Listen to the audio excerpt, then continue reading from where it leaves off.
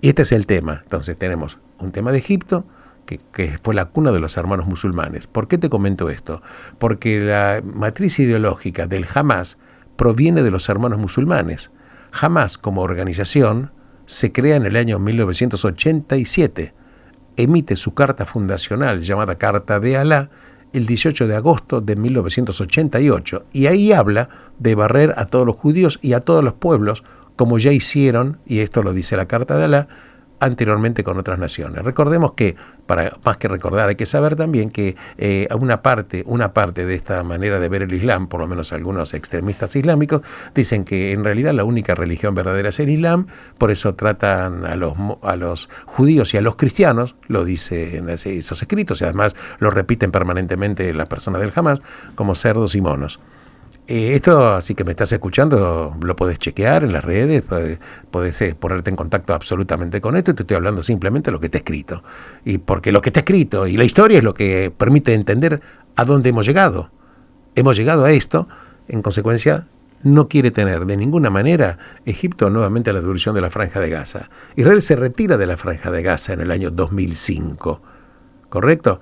Hay elecciones en el 2006, gana el Hamás, quiere decir que la mayor parte de los palestinos votaron al Hamás, una organización terrorista, pero votaron al Hamás. Bien, pero en el año 2007 el Hamás tiene un enfrentamiento con la autoridad palestina que gobernaba todo lo que era el Hamás, lo que era la Franja de Gaza, más Cisjordania, todo era una sola autoridad. Lo echan a sangre y fuego, matan a decenas de personas de la autoridad palestina, se va Mahmoud Abbas de esa zona y Mahmoud Abbas queda recluido en Cisjordania, que está del lado oriental, y ahí tiene los territorios de Judea y Samaria, ¿correcto? Entonces, él ejerce autoridad, Mahmoud Abbas, en Cisjordania, y en la Franja de Gaza el poder ahí es Hamás, y también en grupos terroristas menores como la Yihad Islámica, entre otros. ¿Por qué te comento esto?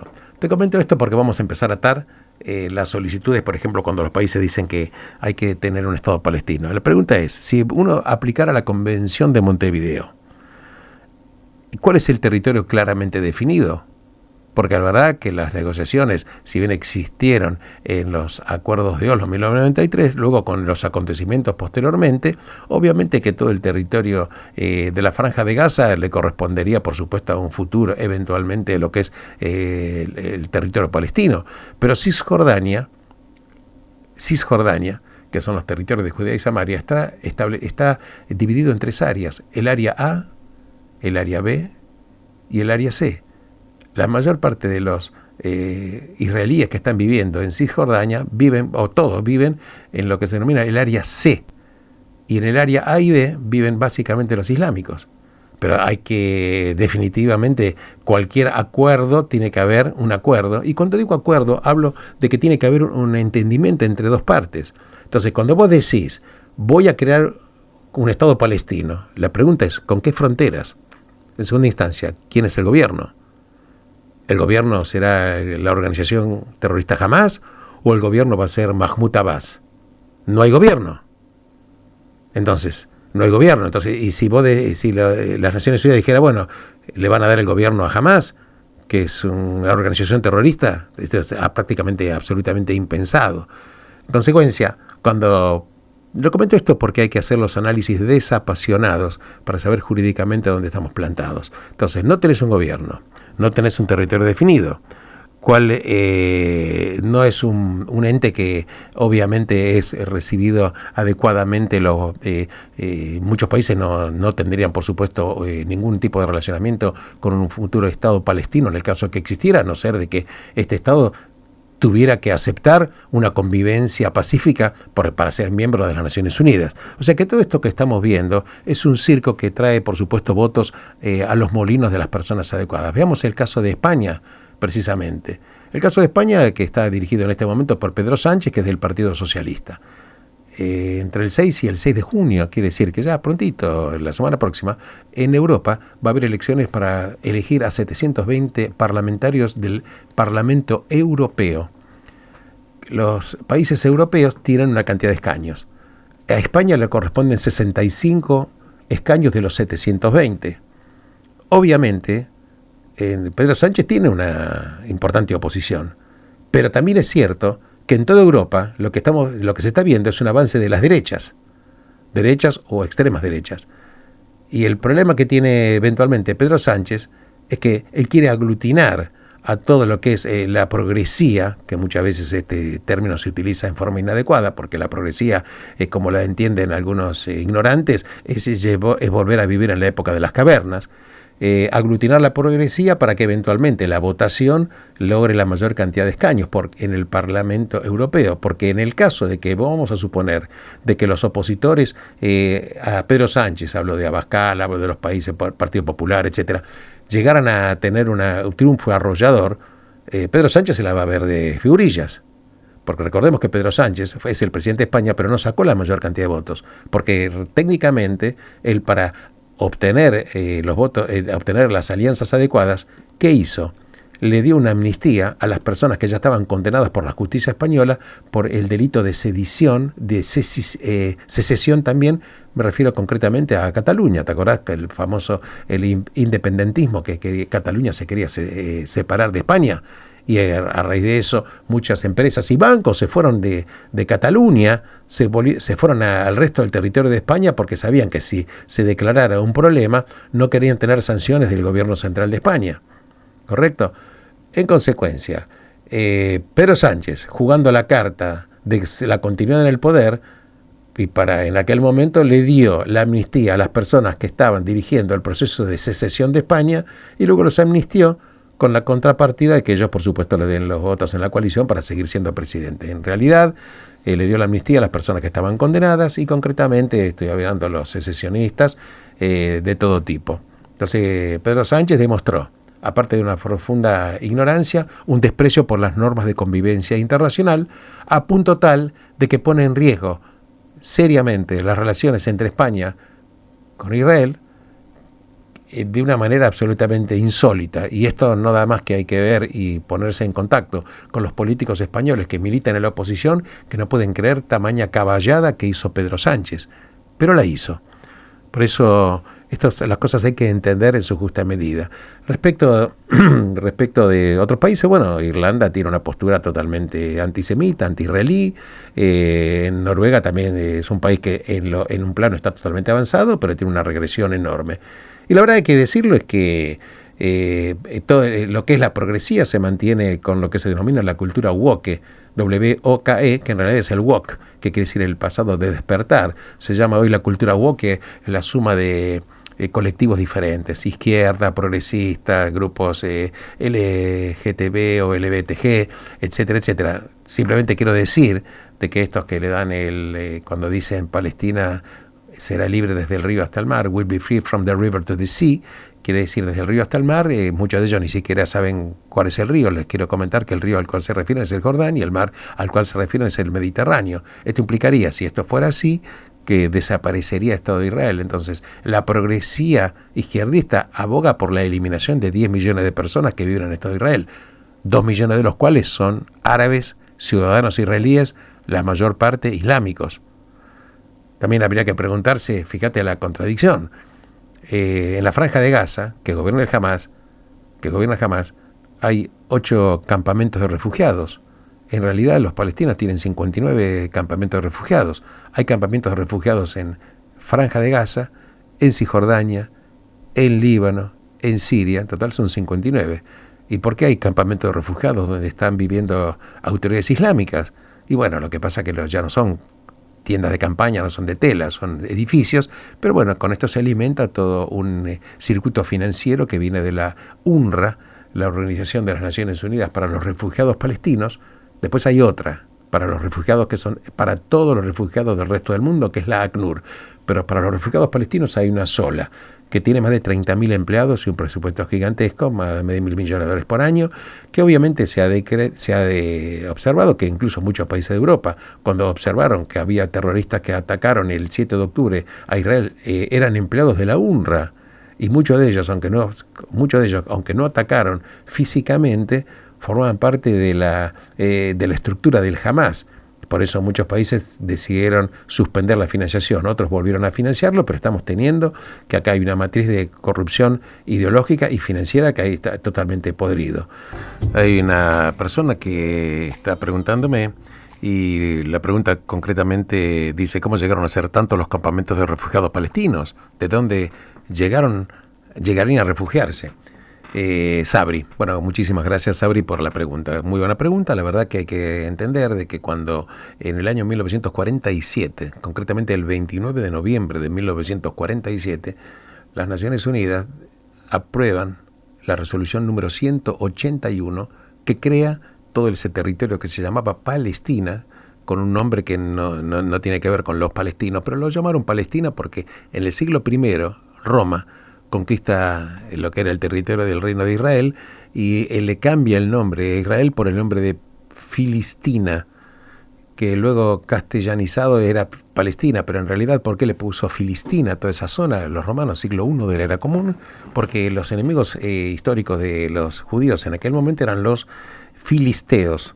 Entonces, como una especie de castigo, le colocaron el nombre Filistina o Palestina a ese nombre. En realidad, los palestinos como etnia son árabes, no existe una etnia palestina. Son árabes, ¿correcto? El mismo idioma, etcétera.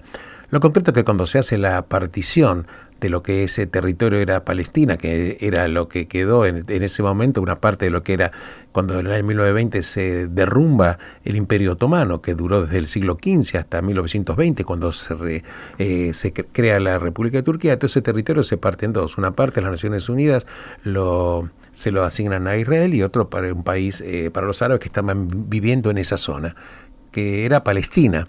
Israel aceptó. En ese momento estaba como primer ministro Ben Gurión, dijo: no es el territorio total que yo hubiera querido, pero es el único posible, y aceptó. Y los palestinos que estaban ahí en ese territorio palestina dijeron que no. Y los países árabes en aquel momento dijeron: vengan con nosotros a sumarse a nuestros ejércitos porque vamos a entrar en guerra con Israel apenas a partir de la resolución 181. Israel, si llega a declarar, basado en esa resolución, el Estado, vamos a entrar en guerra. Los árabes que estaban viviendo en esa zona, escuchando este canto de sirenas, cuando en mayo de 1948 Israel, utilizando la resolución de las Naciones Unidas, declara el Estado, a las pocas horas es atacado por 5 países árabes que contaron con una gran parte de estos palestinos o árabes que vivían en esa zona que no aceptaron la partición. Los países árabes pierden la guerra, los países árabes no aceptan a estos árabes que estaban viviendo en esa zona palestina y empieza ahí el tema de los refugiados, que eran árabes que vivían en la zona de Palestina, que no fueron aceptados por los países islámicos árabes, que los habían llamado para lo que ellos consideraron un triunfo espectacular. El triunfo no sucedió y empieza la diáspora palestina. Algunos de estos vinieron de esa zona, luego en los campamentos de refugiados hay originarios de otros países árabes que fueron en diferentes zonas en diferentes momentos. Este es el tema, como inicia el tema de los refugiados. Sí, son 59 campamentos, esto es la cifra oficial, esta es la cifra oficial. Y esto es un tema que también hay que saberlo, ¿no es así? Ponte a pensar que si en la propia Franja de Gaza o en Cisjordania, donde en Franja de Gaza gobierna Hamás y en Cisjordania gobierna la Autoridad Palestina, ellos siguen con el tema de los campamentos, que no son campamentos, son edificios. La verdad es que porque hay una enorme cantidad de dinero que está en juego, que está financiado por las Naciones Unidas, parte de lo cual se chorea, concretamente en corrupción, y otra parte, el parte de Hamás, lo que hace es el tema de los armamentos. Y en este momento, por supuesto, hay un enfrentamiento que empezó, uno de las escaramuzas, que más que escaramuzas es una guerra directamente contra el Hamás, el 7 de octubre del 2023, y en este momento se está luchando en la ciudad de Rafah. Cuando estamos hablando de Rafah, estamos hablando de un lugar que tiene 400 kilómetros cuadrados aproximadamente, tiene 40 kilómetros de largo y tiene aproximadamente 10 kilómetros de ancho promedio. Son 400 kilómetros cuadrados en donde viven 2.200.000 palestinos aproximadamente. Se habla de 2 millones, 2.200.000. Y los palestinos que viven en lo que es la Autoridad Palestina, ahí en Cisjordania, estamos hablando de una cifra cercana a 3 millones de personas. 3 millones. Quiere decir que si juntar los palestinos de Franja de Gaza más los de Judea y Samaria, estamos hablando de 5.300.000. Bien. Y entonces las Naciones Unidas tienen un organismo que se llama UNWRA, que obedece a las siglas en inglés, y lo que hace es financiar con dineros a los refugiados palestinos. Pero también hay que decir pero ¿cómo refugiados? Si ya, ¿quiénes son refugiados palestinos? En aquel momento las Naciones Unidas había dicho que, bueno, los refugiados palestinos van a ser considerados como refugiados aquellas personas que estaban en ese territorio y que luego se fueron. Pero los que se fueron en ese momento eran entre 700 y 800 mil. Hoy hay 5 millones 300, 5 millones y medio. Entonces, ¿de dónde vinieron? No es que vinieron además, hay por supuesto, pero se está pagando ayuda a 5.300.000 refugiados, se considera refugiado, porque escucha esto porque es una cosa inédita, se considera refugiado al descendiente de esos refugiados que originalmente eran 700, 800.000, e incluso hay descendientes de estos originales refugiados que pudieron haber nacido en Europa y que incluso ni siquiera pisaron el territorio palestino y que siguen cobrando, así como lo estás escuchando, y siguen cobrando esta subvención por ser un refugiado. Parece ser es como si fuera un título hereditario. Entonces, esta organización que ayuda a los refugiados palestinos, que depende de las Naciones Unidas, que se financia con dinero de las Naciones Unidas, se ocupa única y exclusivamente de los refugiados palestinos. Tiene más de 30.000 empleados, una cifra gigantesca de presupuesto. Pero hay otra organización de refugiados que atiende a todos los refugiados del mundo, que son más de otros que no sean palestinos, que son más de 100 millones. Ahí, claro, tienen la mitad de empleados y obviamente vos te pones a pensar de que, el ACNUR, que es esta organización que atiende a los otros refugiados que no sean palestinos, cuando estas personas refugiadas consigan una residencia o consiguen una ciudadanía en otro país, por supuesto dejan de darle dinero porque es lo que corresponde. Esto no sucede con los palestinos. Hay un ingente negocio de corrupción, hay una ingente también una mentalidad política de exterminio que tienen los movimientos terroristas. Y bueno, por eso tenés que ver que cuando, por ejemplo, en el año 2020 se realizan lo que se denomina los acuerdos de Abraham, también hace la paz con Israel, también entran los acuerdos de Abraham otros países árabes, como por ejemplo Marruecos, como por ejemplo Emiratos Árabes Unidos, etcétera. Y cuando se estaba a punto de las negociaciones que entren los acuerdos de Abraham con Arabia Saudita, cuando hablamos de Arabia Saudita, ahí están los lugares sagrados del Islam, porque ahí nace el profeta Mahoma, ahí está enterrado Mahoma. Por eso incluso uno de los 5 principios de fe del islamismo es ir a hacer el Hajj, H-A-J, el Hajj, que quiere decir hacer la peregrinación alrededor de esa roca. Viste que van millones y millones de personas. Es uno de los 5 principios de fe que tiene que respetar un islámico. Entonces ahí en Arabia Saudita están los lugares sagrados. Arabia Saudita es el depositario de los lugares sagrados. Correcto, estaba a punto ya de firmar la paz con Israel, pero claro, Irán no le convenía el tema de la paz de Arabia Saudita, que dicho sea de paso, es sunita, que tiene un enfrentamiento incluso yo diría ideológico con Irán, porque Arabia Saudita tiene muchos negocios ingentes con Occidente. Irán es un estado en ese plano, si bien forma parte de las Naciones Unidas, es un país que tiene, prácticamente es un paria, porque tiene muchísimas sanciones internacionales, personas que tienen circulares rojas emitidas por Interpol para su detención. Por ejemplo, con respecto al atentado a la AMIA que sufrió acá el 18 de julio de 1994. Uno de ellos es, por ejemplo, en su momento fue el vicepresidente de Irán, siguen teniendo cargos. Y esto es lo que estamos viendo. Entonces también hay un enfrentamiento entre Irán y Arabia Saudita temiendo porque Irán está con una es cerca, aparentemente está muy cerca de tener armamento nuclear, y Arabia Saudita, que tiene un enfrentamiento, a pesar que ambos son islámicos, Irán es de la rama chiita, Arabia Saudita es de la rama sunita, también está queriendo tener una alianza más fuerte con Occidente, porque eventualmente un enfrentamiento con Israel y Irán haría también eventualmente peligrar la integridad de Arabia Saudita. En consecuencia, también Irán arma al Hamas, también arma al Hezbollah, porque el negocio de Irán no es la paz. El negocio de Irán era la destrucción del Estado de Israel y constituirse en lo religioso como la cabeza de playa de todo el Islam. Como en su momento lo quiso hacer en la década del 50, siglo XX, cuando estaba Gamal Abdel Nasser, que era el presidente de Egipto, que finalmente murió, que él hablaba del pan-arabismo, que quiere decir Gamal Abdel Nasser en los años 50, en la década del 50 del siglo del siglo XX, quiso unir a todos los países árabes para hacer un frente a Israel. Bueno, no fue casual que Egipto tuvo 5 enfrentamientos militares con Israel. Gamal Abdel Nasser, por supuesto, murió hace muchos años. Pero claro, Irán tampoco es árabe. Irán es islámico, pero no es árabe. La etnia de los iraníes es la etnia persa. Irán es lo que anteriormente hemos estudiado, lo que era Persia, ¿correcto? Son los persas. Así como Turquía, si bien es cierto, más del 90% de los turcos son islámicos, tampoco son árabes, son otomanos. Técnicamente hay que decirte que el 20% de todos los islámicos del mundo son árabes. Quiere decir que los árabes son solamente el 20% de los islámicos. El país que tiene la mayor cantidad de islámicos en el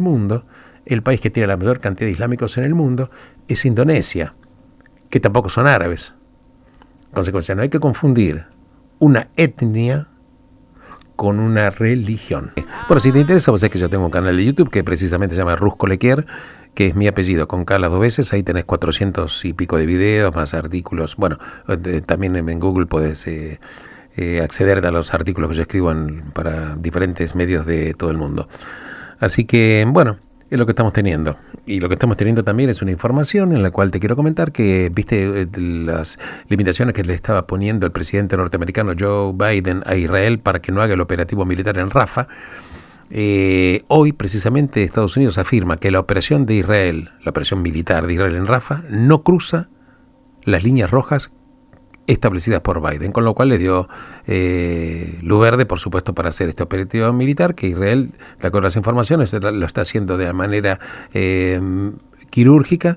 Y claro, nos hemos enterado ayer que había un incendio que provocó muchos muertos del lado de palestino, pero en realidad lo que sucedió es que el operativo militar se concentró en un lugar civil, que estaban algunos terroristas, y en ese lugar de donde están los civiles tienen almacenados armamentos. Así que bueno, es un tema increíble, ¿no? Porque los movimientos terroristas almacenan pertrechos militares en los hospitales, en las ambulancias, en las escuelas, en las casas donde viven los civiles. Y esto en realidad sí, esto es un crimen de guerra y no está permitido. Pero bueno, una cosa es la opinión pública y otra cosa es la opinión publicada. La verdad es que para entender el conflicto, que es uno de los conflictos más interesantes desde el punto de vista de análisis, pero más complejos también, hay que estudiar historia, hay que estudiar el lenguaje, hay que entender, a veces poder decodificar los discursos que se dicen en árabe, y esto requiere mucho trabajo. Por eso lo digo, que muchos periodistas que cuando analizan el tema de Medio Oriente lo analizan con una liviandad que la verdad que espanta absolutamente. Incluso a veces cuando me convocan en otros medios del exterior, e incluso digo del exterior también, ¿no? A veces me convocan para hacerme reportajes y además a veces las preguntas no saben ni siquiera qué preguntas formularte. Así que bueno, muchísimas gracias. Gracias por estar conmigo, gracias por estar por la FM 95.5, Radio Concepto. Dios mediante, estaré con ustedes el próximo miércoles a las 19 horas. Chao.